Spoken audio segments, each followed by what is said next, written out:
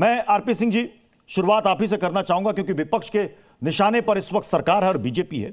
विपक्ष ये सवाल कर रहा है कि क्या गलवान में जो हमारे जवानों की शहादत हुई उसे भूल गए क्या पीएम मोदी? और विपक्ष ये भी सवाल कर रहा है कि जिस चीन ने ऑपरेशन सिंदूर में पाकिस्तान की मदद की, आज उसी से हाथ मिला रहे हैं।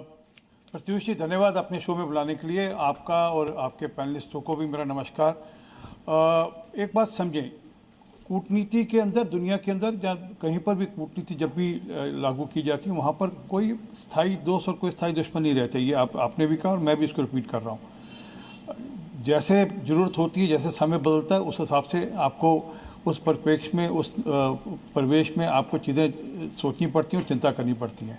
आज जिस प्रकार के हिसाब से अमेरिका दुनिया भर पर जो टैरिफ लगा रहे हैं और उसका एक आउटकम है, दुनिया भर में अलग अलग देशों पर अलग अलग आउटकम्स हैं।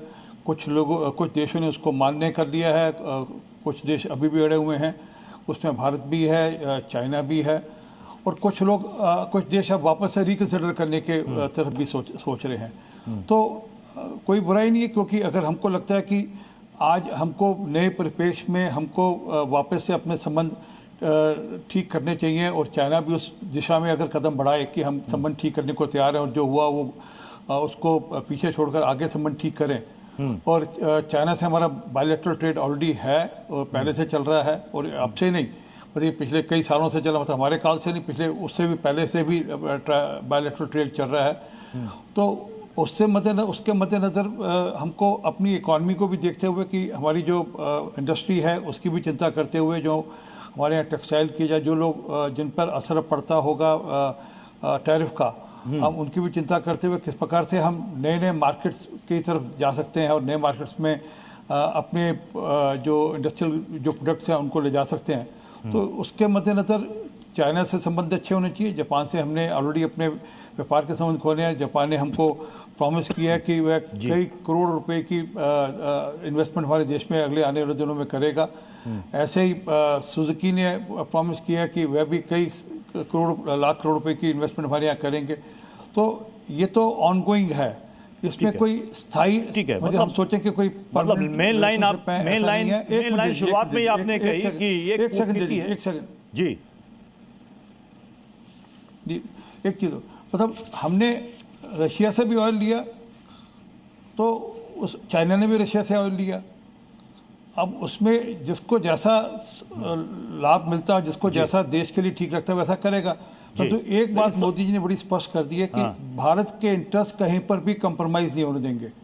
अगर मैं विपक्ष की बात करूं तो ये तो लोग थे कि ट्रंप से ट्रेड डील हो गया इसलिए ये जो युद्ध विराम हुआ उसके चलते हुआ। अब तो उल्टा साबित हो रही बात। ठीक है, मैं युद्ध विराम उनके चलते मैं कांग्रेस करूंगा। नीरज मिश्रा जी, क्योंकि कांग्रेस ने सवाल खड़े किए कि ये देख लीजिए आज भारत सरकार का स्टैंड कि गलवान के शहीदों को आप भूल गए, चीन के साथ व्यापार घाटा हमारा बढ़ता जा रहा है और चीन के साथ आप संबंध बनाते जा रहे हैं।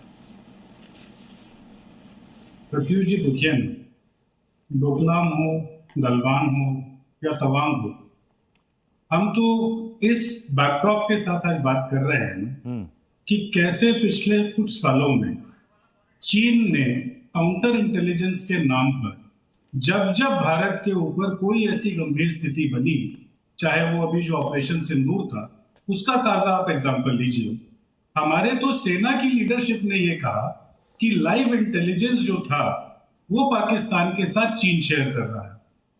उस पूरे ऑपरेशन के दौरान चीन ने कभी भारत की सॉवरेनिटी के साथ खड़े होने की बात नहीं की। उन्होंने कहा कि वो पाकिस्तान की जो संप्रभुता है उसके लिए वो खड़े हैं। इतने सारे लोग खड़े हैं ना, ये सारे एससीओ मेंबर्स नहीं हैं। नहीं, ये जो बार बार बात कही जा रही है कि नया वर्ल्ड ऑर्डर, इस तस्वीर से आपको कुछ संकेत मिलता नजर आ रहा है? Absolutely, totally. ये एक नया वर्ल्ड मैट्रिक्स अंडर कंस्ट्रक्शन है, बना नहीं है, बन रहा है समीकरण। सब एक दूसरे को टटोल रहे हैं, किस हद तक मैं आगे जाऊं, किस हद तक पीछे हटूं, किस हद तक मैं एडजस्ट करूं, दोस्त या दुश्मन। India China, America China, America China भी तो दुश्मनी कहलाते हैं, बट वो ट्रेड इतना कर रहे हैं आपस में।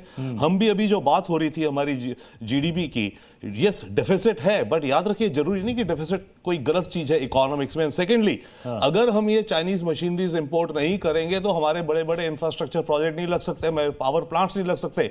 तो हम जो 6% या 6.5 या 7 की जीडीपी प्लान कर रहे हैं वो हमारी घट के 3 आ जाएगी जीडीपी, अगर हमें ये मशीन्स नहीं मिली। दुनिया में कोई और बनाता नहीं, बनाता भी तो महंगी भी है तो मिलती नहीं है। तो हमें एडजस्ट करना है इस नए वर्ल्ड ऑर्डर में, ये हमें सामने दिख जेके रहा है। त्रिपाठी सर, ये तस्वीरें एससीओ समिट की, ये डोनाल्ड ट्रंप को क्या मैसेज दे रही हैं? देखिए, अभी फिलहाल तो इससे डोनाल्ड ट्रंप को कोई ऐसी मैसेज नहीं मिलेगी जब तक कि ये पता नहीं लगे कि हाँ एससीओ समिट में बातचीत जो हुई है, हाँ, या एससीओ समिट में जो प्रस्ताव लाए गए हैं और जो पारित हुए हैं वो कितने महत्वपूर्ण, क्या क्या बिंदु है।